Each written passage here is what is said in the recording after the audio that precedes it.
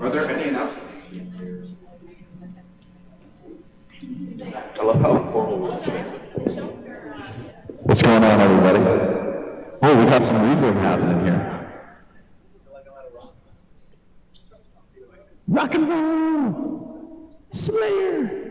Can you guys hear me? Edmonton, can you hear me? No. Maybe that one. I think double microphone. Hello? Which one is it, Leo? Both? Can you guys hear this microphone in the shelter and in Edmonton? Shelter's good? Edmonton, you good? Raise your hand if you can hear this. Yes.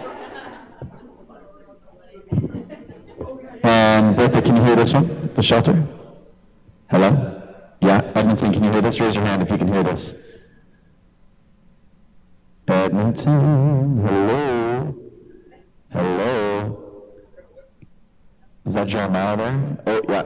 Is that Anna? Is she back? I can see her. It is. Edmonton, raise your hands if you can see, if you can hear this. Hello? Edmonton. Edmonton. Should this be working?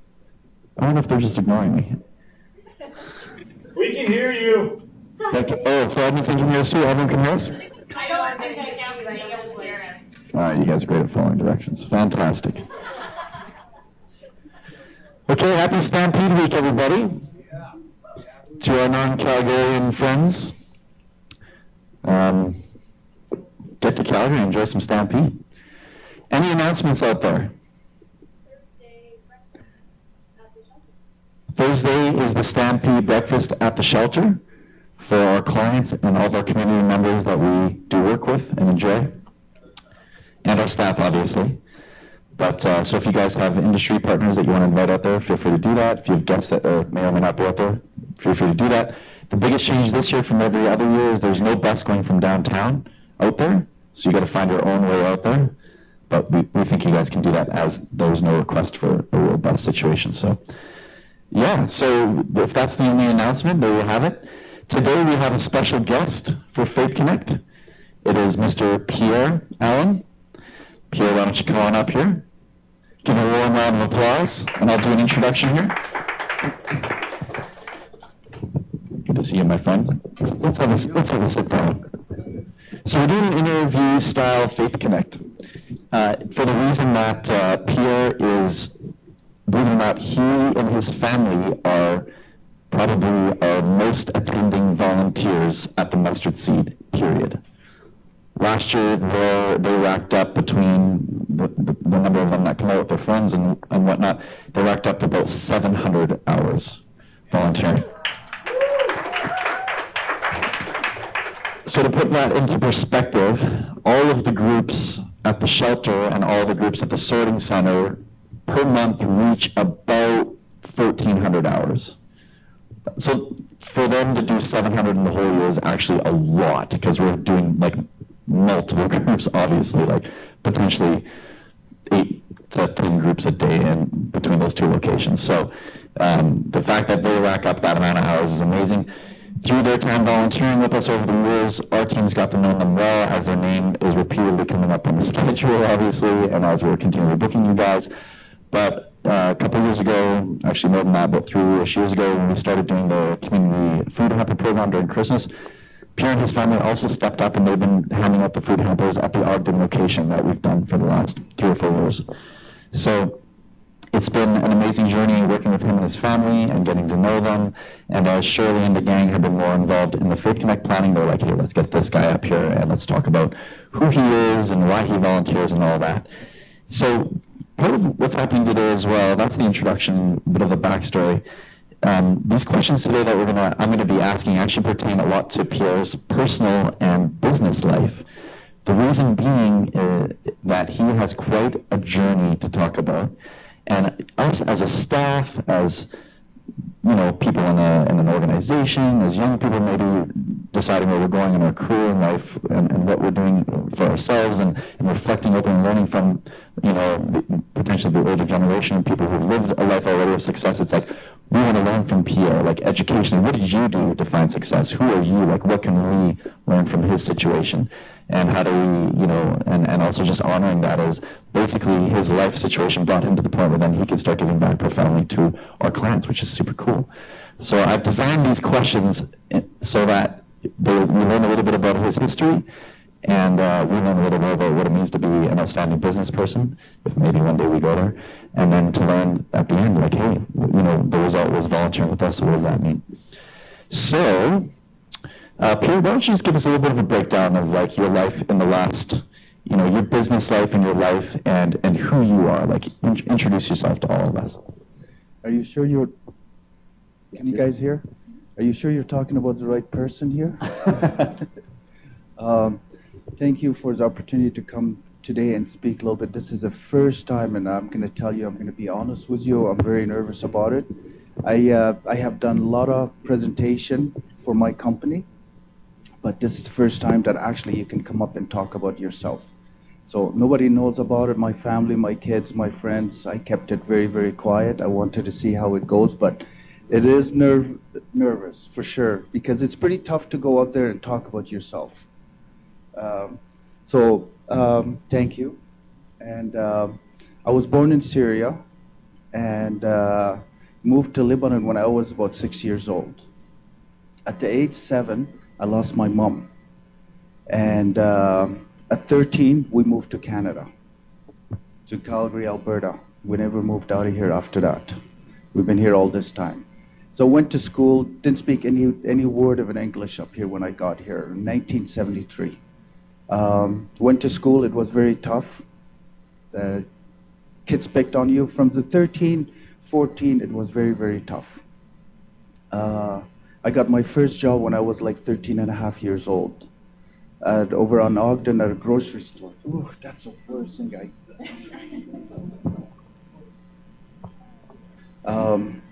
So I got my job. I was making $1.60 an hour, working just at Discount Ranch Food Market. That was my very, very first job at a grocery store. I saved enough money. When I turned 16 years old, I had a very rough time at school. People picked on us. Picked on me. I didn't speak any English. Got into a lot of fights at school. Got beat up. Not too much, but we did. 14 years old, you don't get beat up bad, but we did get into a lot of school fights, parking lot fights and all that. At 16, I bought my first car, got in a lot of trouble with it, ran away from home, smashed my car, lost everything. Got into a lot of trouble from 16 to 18. I got thrown in jail, and back then, at 16 years old, you went to adult jail. So at 16 years old, I was in jail. I spent Christmas there, one Christmas. So from 16 to 18, I got a lot of trouble, sold some drugs, did some drugs, just minor stuff. At 18, I was at a high school. I got kicked off from 3 high schools, by the way. Never made it past grade 10. So I met my wife at grade 10. So that kind of changed my life a little bit. I wanted to get another car. I wanted to do some work and, save some money so I can spend some time with her. So I got 2 full-time jobs when I was 18. I worked downtown cleaning carpets from 11 till 6 in the morning. And I caught the bus to the gas station over by the zoo. I went over there from 8 to 5. And then catch the bus home, went to work. Went home, slept for a few hours, came back. It didn't last too long, like 3-4 weeks, and I was getting fired because I was falling asleep on the job.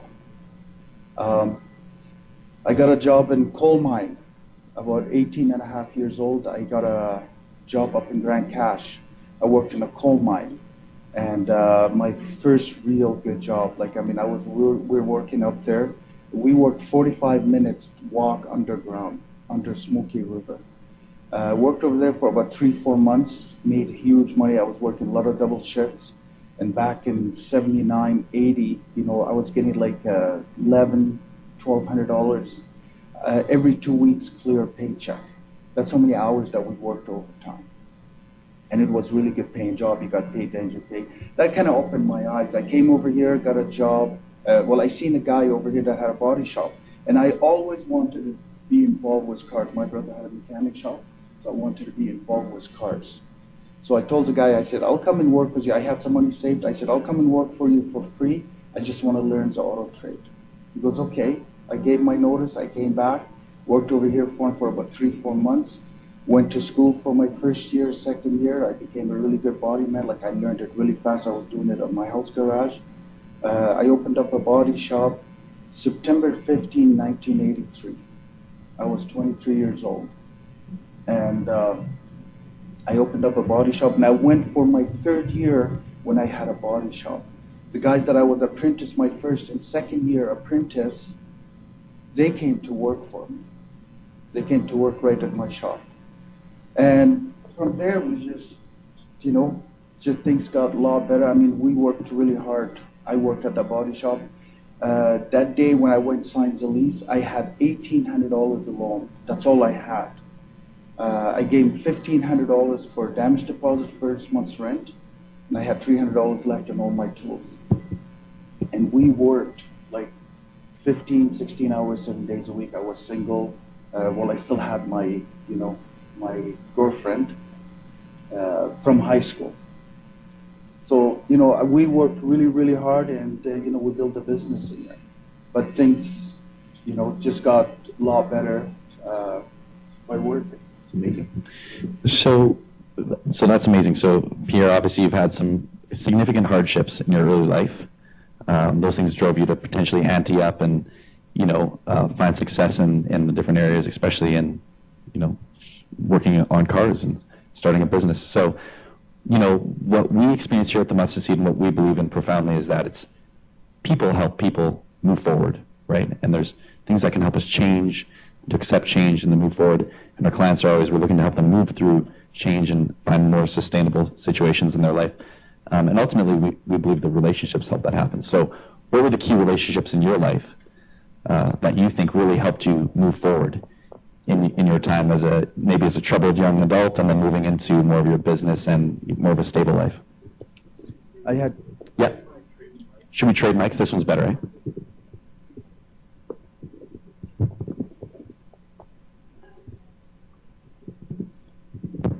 Family and kids were very, very important, in life. They can drive you into doing great things by having a great relationship with your family, from your parents to your kids to your wife to your brothers and sisters. My dad was a very hard-working guy. I mean, he brought us all to Calgary from a very poor country, and he gave us a life up here. He gave us a great life. Canada, Alberta, Calgary, it's a great place. It gives everybody an opportunity. Everybody has the same opportunity up here. If you really want to work hard, it's the best country in the world. You can't get any better. The door's always open up here, and you need to take advantage of it.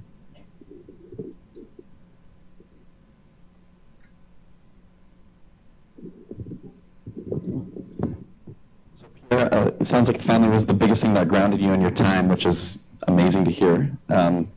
Actually bleeds into one of our next questions. But first, before we get there, what do you think were the key lessons that you learned while you expanded your business and found favor in your various pursuits? And, as we were speaking months ago, and as I've learned from you over the last couple of years, if you could share with the staff some of the key things that happened while your business kind of went from like just working on cars to expanding with the insurance companies and all the rest of it, because clearly you had some outstanding successes there that may or may not, like at some point fell in your lap and that you took advantage of. So what were the lessons you learned while that happened? And feel free to share those with the staff, because I think they would be really inspired by what happened in your business journey there. Well, we started in the body shop business, and I was buying a lot of cars, trying to fix them and sell them.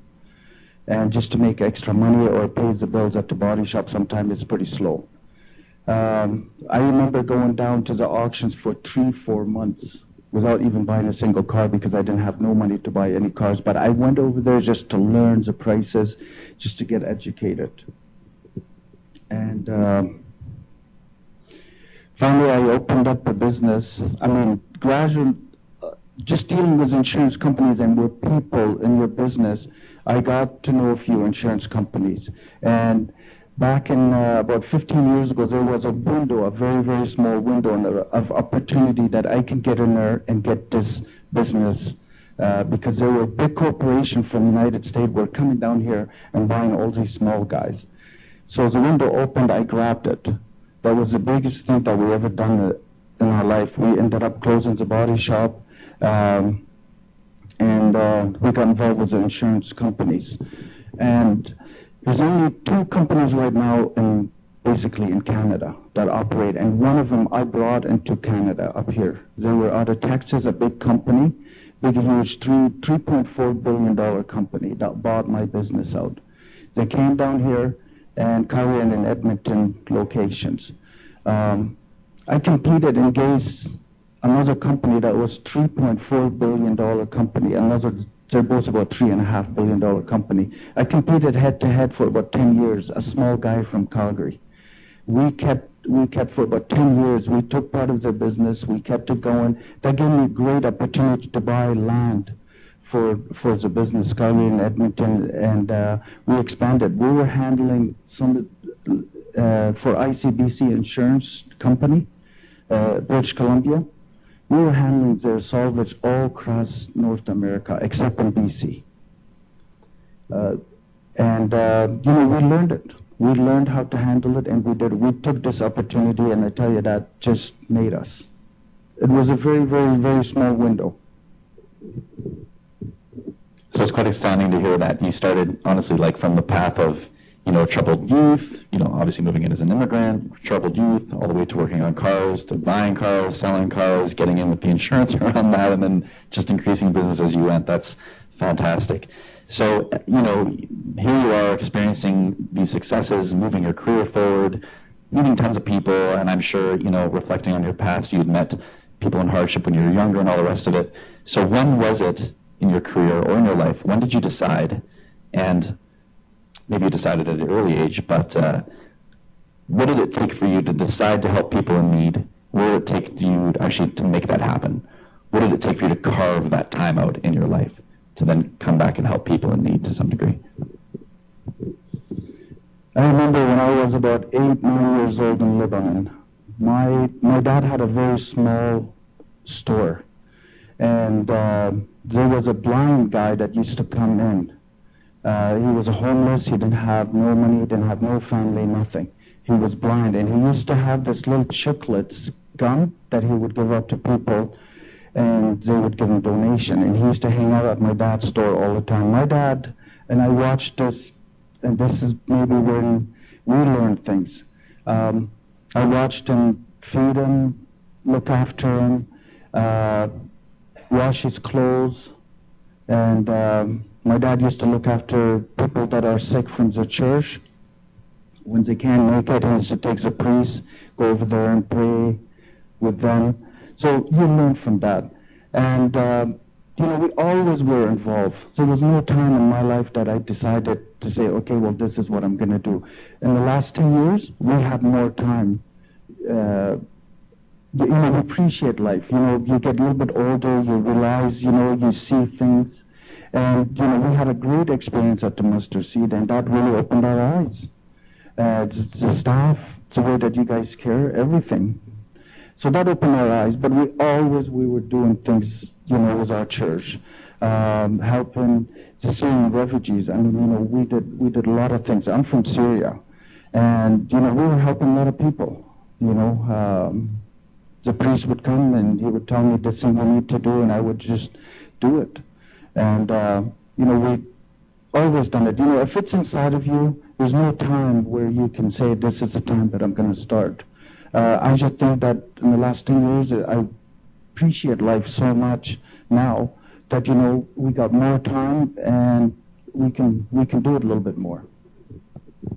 And I appreciate that you talked about that time. This is one of the things that our team appreciates the most about our volunteers, and it's a lesson maybe for all of us. And as you know, and you're the perfect example of this, how, life gets busy for all of us, right? We hit the point where family, career, and our time becomes so important to us. And in my experience, I think there are people that volunteer, but then there are volunteers. And these are people who will, no matter what happened, carve out that time to give back freely.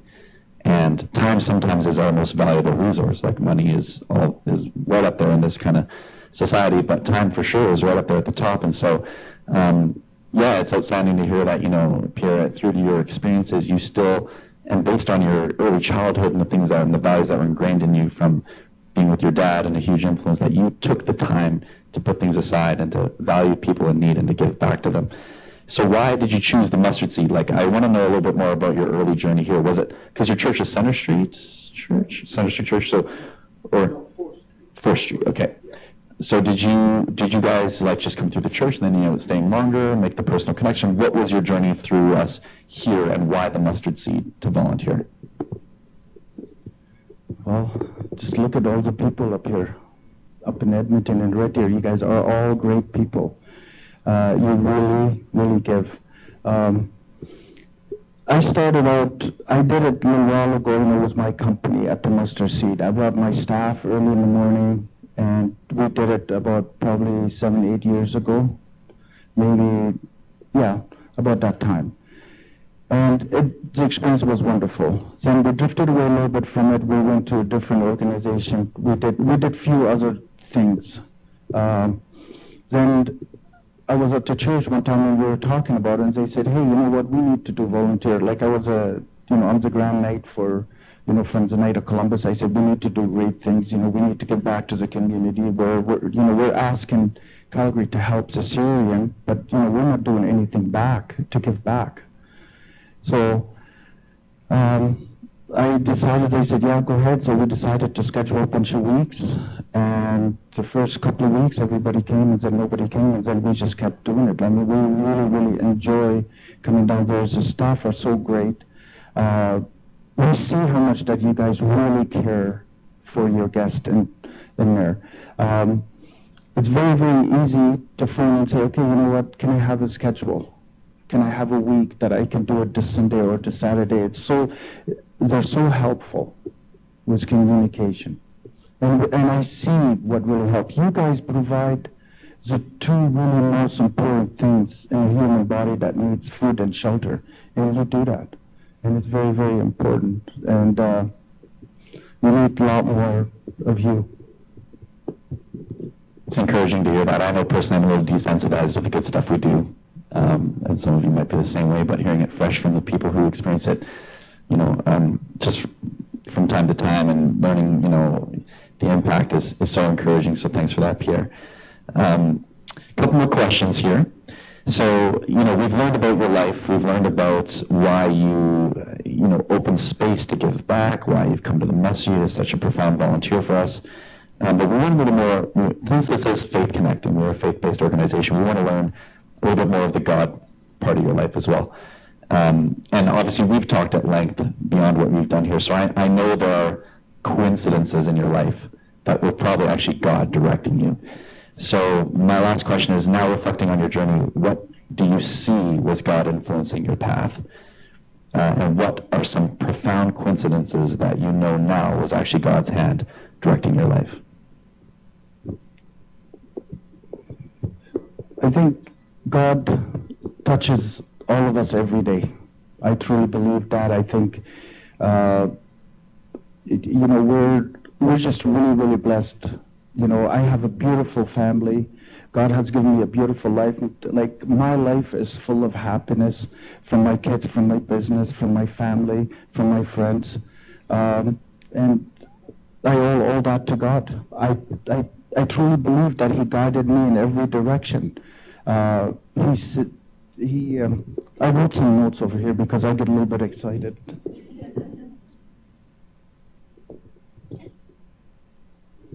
And it's very, very important to have parents' blessing too. Your parents' blessing. God opens the door for all of us, and we just need to take it.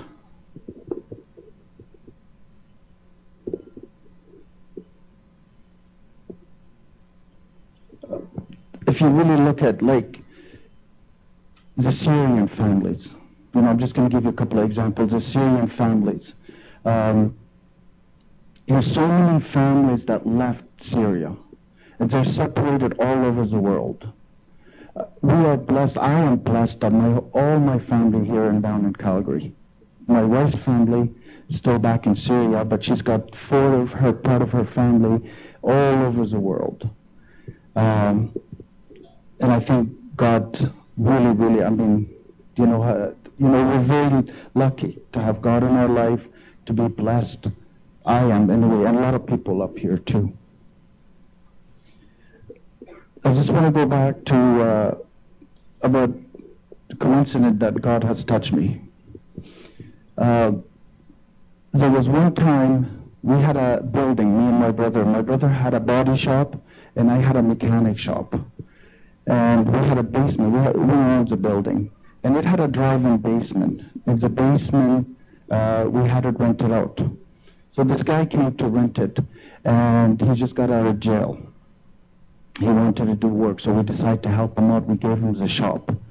So we gave him the shop really cheap, to rent. Didn't have no windows. It was a dungeon. It was really, it was nothing, but it was really cheap.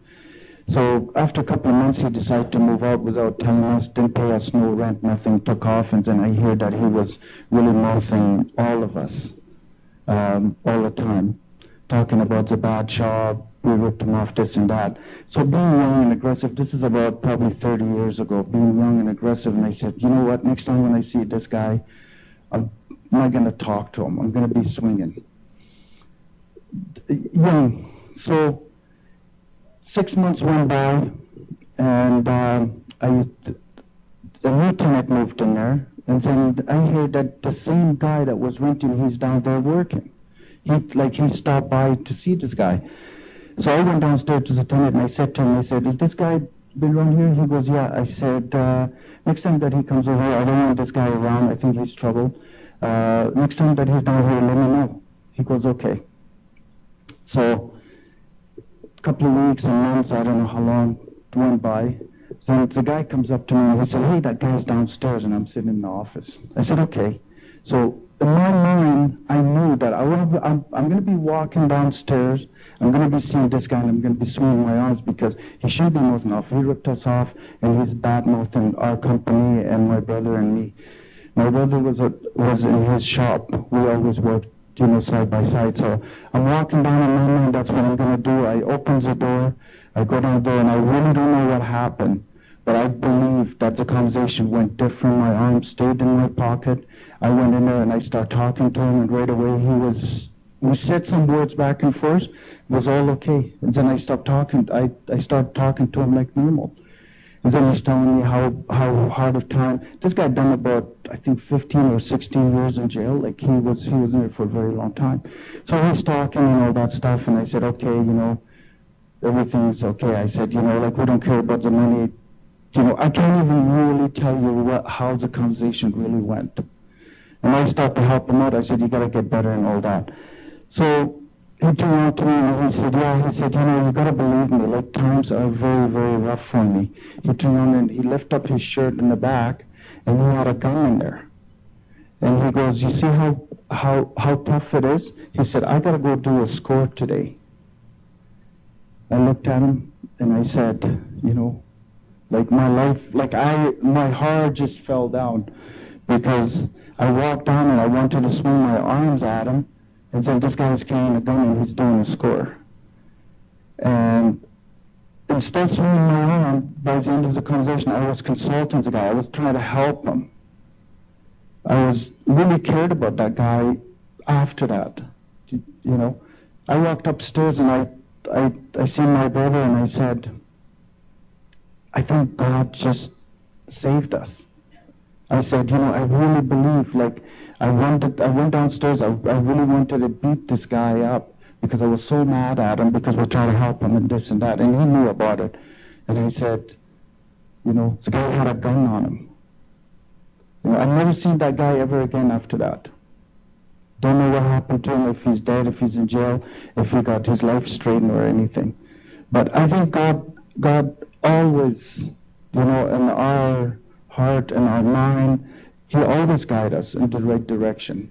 I had, when I was on the run, You know, when I ran away from my kids, from my family. And I worked downtown at the Palliser. When I was 16 years old, I worked a dishwasher at the Palliser. I used to eat the leftover food from the dishes coming in before I wash them because I didn't have no money and I was hungry. I used to put my hands in there and eat it. God, 4 years ago, I had my daughter's wedding over there. I rented for her engagement party. I rented the whole tower, the whole floor upstairs. We had food, we had band, we had dance. I rented it for her. So, God has put me in that spot. I had a rough time. I was down, and I kept things going, really good, and in our life, and being honest, and So I think I believe that God's always in my heart and is always in my mind. He guides me every day.